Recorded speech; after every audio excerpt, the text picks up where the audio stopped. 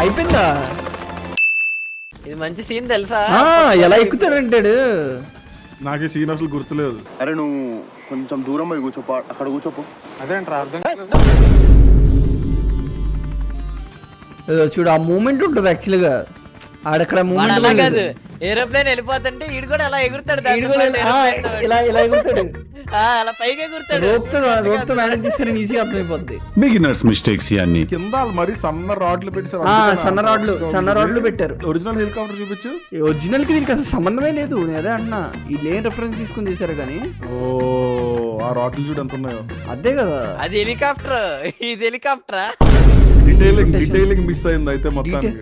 Detailing అది helicopter. అది